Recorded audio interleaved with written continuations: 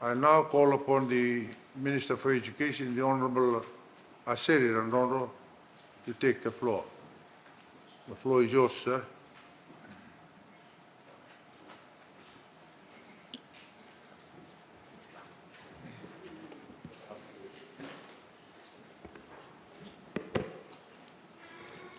Thank you, Mr. Speaker, sir. Feels good to be back on your table. Honorable Prime Minister, Honorable Deputy Prime Minister, Honorable Cabinet colleagues, Honorable Leader of Opposition, Honorable Members of Parliament, and those joining us via live stream and those sitting in the public gallery. Mbulnaka, and a very good afternoon to you all. Mr. Speaker, the announcement of the 2022-23-24 budget was received with much enthusiasm and optimism by our ministry. And I take this time to acknowledge the mercy of the Almighty God, who continues to bless us and guide us as we persevere to serve our nation. Today I stand to speak in this August House as the Minister for Education. It's almost ironic when I've spent 8 years standing in this August House to fight for our people and our nation from the opposition benches. On my 9th year, my God-given season and calling has been bestowed. And if there is a lesson we can impart from this, it is that perseverance and hard work will get us to our destinies. We must never lose sight of our end goals, and with honesty, sincerity of our heart and mind, we will achieve our purpose in life. So once again, I must thank the Sudelpa Party and all my campaign team and family and our supporters for their unwavering and steadfast faith in me. I also extend my sincere gratitude towards the Honourable Deputy Prime Minister and Minister for Finance and the staff of Ministry of Finance for an overwhelming allocation of $845.5 million towards the education sector. This is an allocation that is responding to the needs of the people.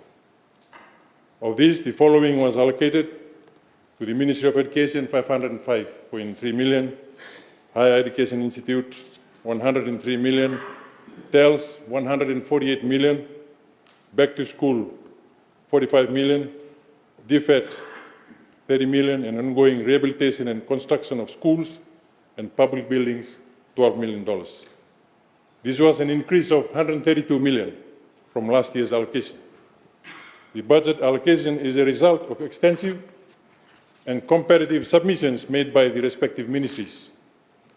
I must therefore thank the hardworking staff of the Ministry of Education, led by our Executive Support Unit team, for being able to achieve such a huge budget to be approved. However, the challenges that now come with such commitment is to ensure we build and grow the outputs of the ministry to reflect the targets we have set for the Ministry of Education. Overall, in the past few years, the education sector in Fiji has had to deal with a lot of challenges, right from within the ministry. Amendments made to the staffing structure saw a lot of crucial positions being removed, which affected the direction in which the ministry was operating. These are some major factors that the Ministry of Education wishes to revisit. The ministry, being the largest in the civil service sector, is custodian to the future of our children, and is also responsible for looking after the welfare of teachers and support staff. Ultimately, the overall goal of the Ministry of Education is to uplift the standard of quality education in Fiji to be universally competitive and marketable. The stakeholders of the education sector are many, and the Ministry of Education has the important role to harness all relevant resources to be able to satisfy and meet global standards of learning and teaching.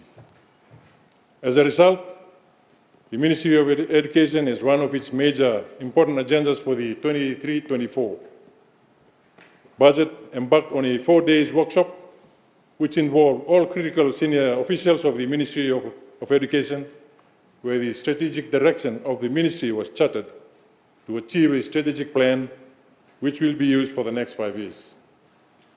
The Ministry of Education has had to deal with the reality that in the last 14 years, there were minimal planning, mentoring, and monitoring of the direction in which the Ministry of Education was to head. As a result, the last annual report produced by the Ministry and presented in Parliament was for the fiscal year 2017 and 2018. These are challenges the Ministry of Education is now addressing. From the onset, we must also thank the Public Service Commission for allowing the restoration of 3 deputy secretaries, 2 of which have now been filled and 1 to be identified and filled shortly. Similarly, given the size of the ministry, we are also re-establishing a training department to assist in training and identification of the areas of need for training these staffs, something which has been an urgent need in the ministry, where staffs will be able to go through upskilling and in-service training, which used to be one of the hallmarks of civil service. A research and development department, a strengthened quality assurance department to assist in monitoring and evaluation of the implementation of the programs, and re-establishing a careers department. Mr. Speaker, sir, as you will have witnessed, the Ministry of Education has not wasted a day in meeting with stakeholders, in dialoguing, something that has been missing in the recent years, and by doing so, we are giving back the autonomy of decision-making and management to the school management and communities. A bulk of schools in Fiji are managed by faith-based entities and local communities. And the Ministry of Education is very grateful for their resilience and accommodation over the years, despite the many challenges they have faced. We intend to improve on our relations with these important stakeholders and build on our trust and dialogue to be able to address the many vital issues the Ministry of Education needs to address. Mr. Speaker, sir, the People's Coalition Government is committed to building a strong and prosperous nation. And this starts with investing in our most valuable assets, our people. The budget allocation for 2023-24 for the Ministry of Education has been set at 505.4 million. This does not include the allocation for the higher education institutions and TSLS. The good news is that this amount is an increase of 15.5 million from 489.9 million last year.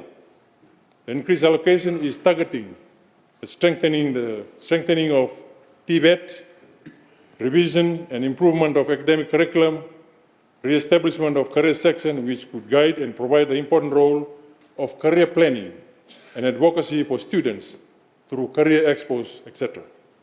Assist with student aids and resources, continue with transport assistance, oversee the engagement of teachers, review of outdated policies to become people-friendly, responsive, and relevant. The allocation will also allow the Ministry of Education to revisit and oversee the reclassification of schools. For example, Queen Victoria School and Ratukandawilu School.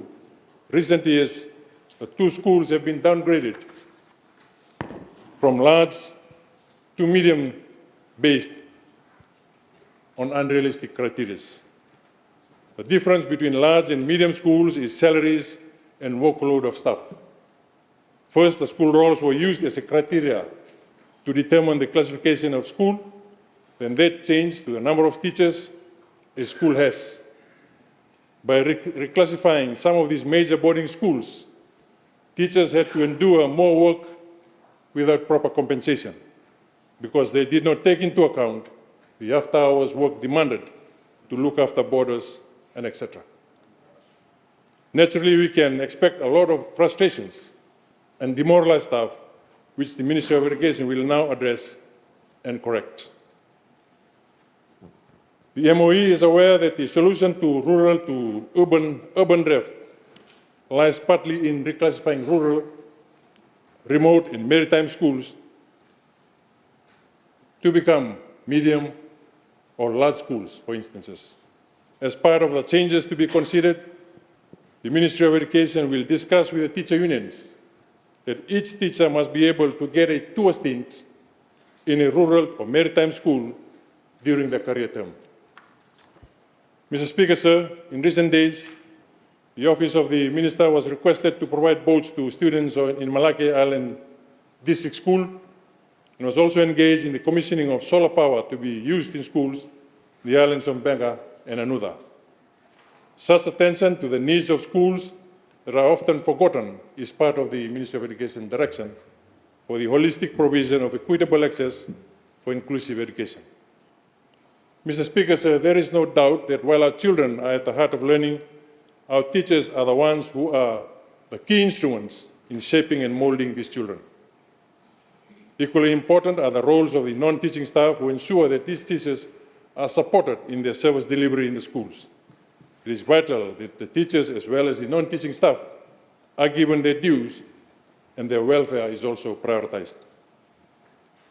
With the extension of retirement age to 60 and the removal of civil service contracts, the Ministry of Education is excited to work with teachers and to engage the institutional knowledge they have by the time they get to these years of services, which is passed on to younger teachers joining the workforce. In the last 8 years, I have time and again commented in this August House on the demerits of the OMRS system, where there is an imbalance of consideration given to experience and knowledge. Qualifications seem to be the only criteria for career progression or promotion. With the budget provided, the Ministry of Education will engage in further dialogue and envisages that the Education Summit to be held in August of this year will further establish the direction and the activities needed by the Ministry of Education to be able to develop the education sector in Fiji and ensure its viability in the long run. The review of the OMRS system is hopefully going to be on the agenda of the Public Service Commission. And the Ministry of Education will be keen to make submissions to Public Service Commission on this issue, as we are of the view that a more equitable and acceptable, fair and inclusive system needs to be adopted to remove bias and discrimination against deserving applicants. The Ministry of Education is determined to provide an environment of work that is conducive and exciting for teachers to allow them to pass on these models of teaching to students who can be stimulated and excited in return. So we intend to make submissions to PSC to review the MyAPA monitoring tool that is currently being adopted and giving teachers a lot of headache in implementation. We will review what is more suitable monitoring system that is people-friendly and less time-consuming. Unless the Ministry of Education adjusts to provide an attractive work environment for our people, we will continue to see the brain drain and exodus of teachers to overseas schools. So this is an urgent area we intend to address. Mr. Speaker, sir, the budget announcement has covered the re-establishment of the National Education Commission to guide the Ministry of Education in its setting of the next 10 years education plan, along with its education partners and stakeholders. These will be important tools for assessment and monitoring of the effectiveness of education programs, etc., used throughout the Fijian schools. An allocation of 20,000 has been provided within this new budget year to review the outdated legislation and policies which removed equity and inclusivity and other privileges for those teachers who serve selflessly in the rural, remote and maritime schools. Review of transfer and rural allowance policies of our teachers that were not fairly remunerated, and the reinstatement of executive positions in primary schools will also be addressed in the plan. Mr. Speaker, sir, in our recent visit to Levuka, Ovalau and around Vitilevu, we noted that there was a discrepancy in the application of criteria used to determine which schools are eligible for rural and maritime allowance and which schools are not. It was sad to note that within the island, teachers were aware that some of their colleagues in other nearby schools who have been paid maritime allowances, whilst the Ministry of Education was telling them they were not entitled. Such practices seek risks of negligence and must not be tolerated, so the Ministry of Education will be reviewing all entitlements for rural and maritime schools to allow for equity and acknowledgement of the hard work, the dedication, and perseverance of our teachers as they carry out their crucial role of being molders for our future leaders and citizens. Subsequently, Mr. Speaker, sir, I am pleased to announce that almost 5.7 million is allocated for the rural and maritime location allowance for approximately 3,355 teachers as an incentive for teaching in rural and maritime locations. We will therefore expect some happy teachers and families, Mr. Speaker, sir. Mr. Speaker, sir,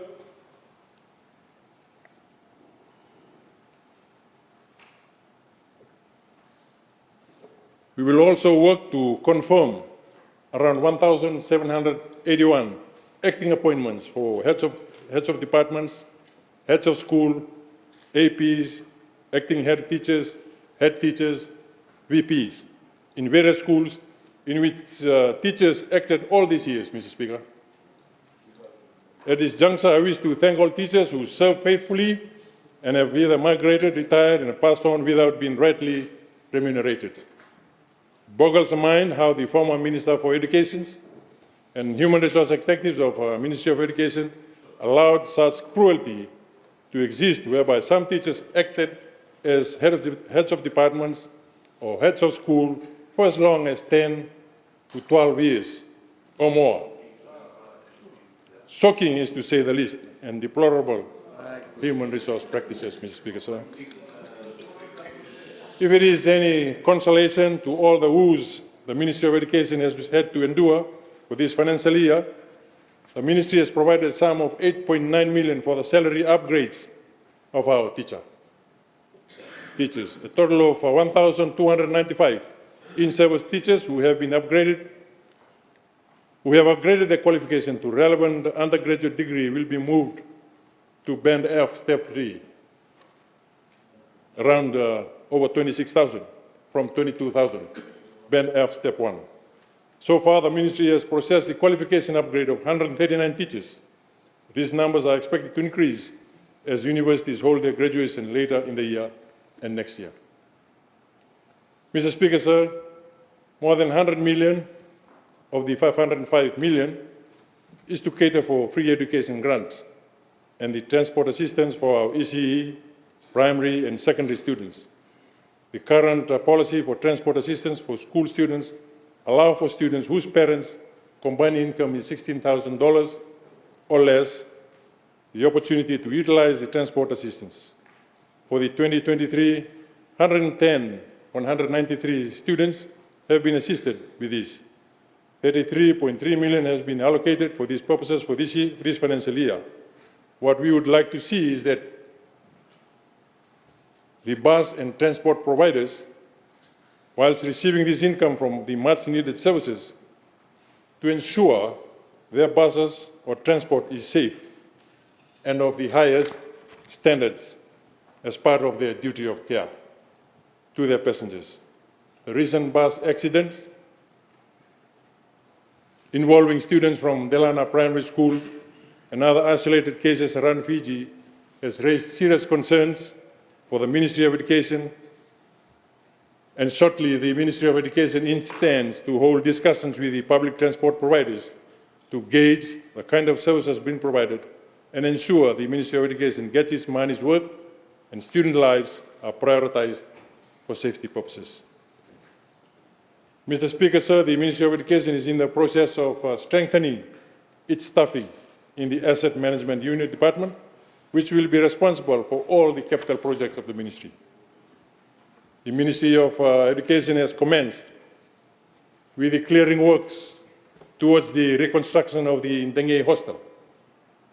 I see the Leader of Opposition is giving me a thumbs up, which was destroyed by a fire 5 years ago.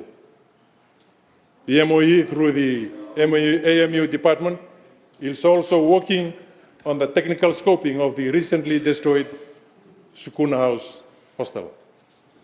We acknowledge the assistance from our education donor partners, DFED, who assisted with rehabilitating and constructing schools and public buildings that were damaged by natural disasters. The Ministry of Education is aware of the current infrastructure status of the 13 government schools because of the absence of the repair and maintenance timetable that used to exist and which we must bring back. And we are committed to carry out repairs and maintenance with the allocation of 1.88 million. And this will allow us to improve the status of the 13 government schools infrastructure by conducting the necessary repairs and maintenance. Mr. Speaker, sir, the MOE plays a crucial role in monitoring and evaluating the operations of the higher education institutes through the Higher Education Commission. And the MOE will be working closely with the higher education institutions to offer courses that meet the labor market needs, where it addresses the areas of skill shortages, as well as the allocation of 103 million that supports their operations and development. The Ministry of Education has noted a lack of monitoring between the higher education institutions and the ministry. And we will address this by this area of need to ensure the Ministry of Education monitors properly the use of government grant provided, as well as the effectiveness of education programs students are being provided. The recent revelation that some veterinary graduates from the FNU who studied under TSLS and carried the burden of debt after they had graduated were deemed not suited to be veterinarians. Even some counseling programs from higher education institutions are still in incomplete states. And this is a problem that the MOE is discovering and is addressing so that students who pay good money and give in for their effort to study such programs are not robbed of their rights to graduate and be recognized for the effort they put in accordingly.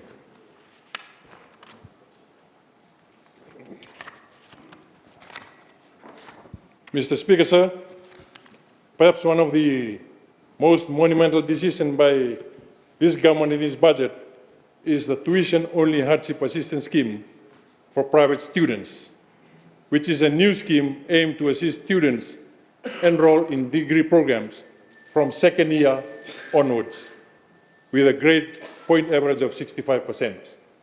The scheme will cater to 2,600 awards, while 250 awards is ring-fenced for MBBS studies. I trust the students and parents who have been running to my office crying for this assistance will now breathe a sigh of relief, Mr. Speaker. And we want parents and guardians and students to know that we are pragmatic and recognize the gap that exists, which must be addressed. Everyone deserves to be assisted, and everyone deserves another chance. Mr. Speaker, sir, the budget allocation for the Ministry of Education, in conclusion, is a testament to our commitment to providing quality education for all Fijians. We believe that investing in education is investing in our future, and we are dedicating to empowering our students with the knowledge and skills they need to succeed.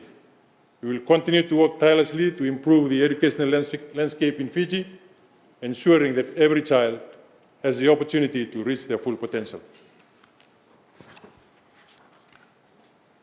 I believe, Mr. Speaker, sir, that this budget will contribute significantly to the development of our education system and enhance our nation's human capital. I hereby support the 2023-2024 budget accordingly, and it's now time to deliver. Thank you, and we now will. Thank you, Honourable Minister for Education, honourable members.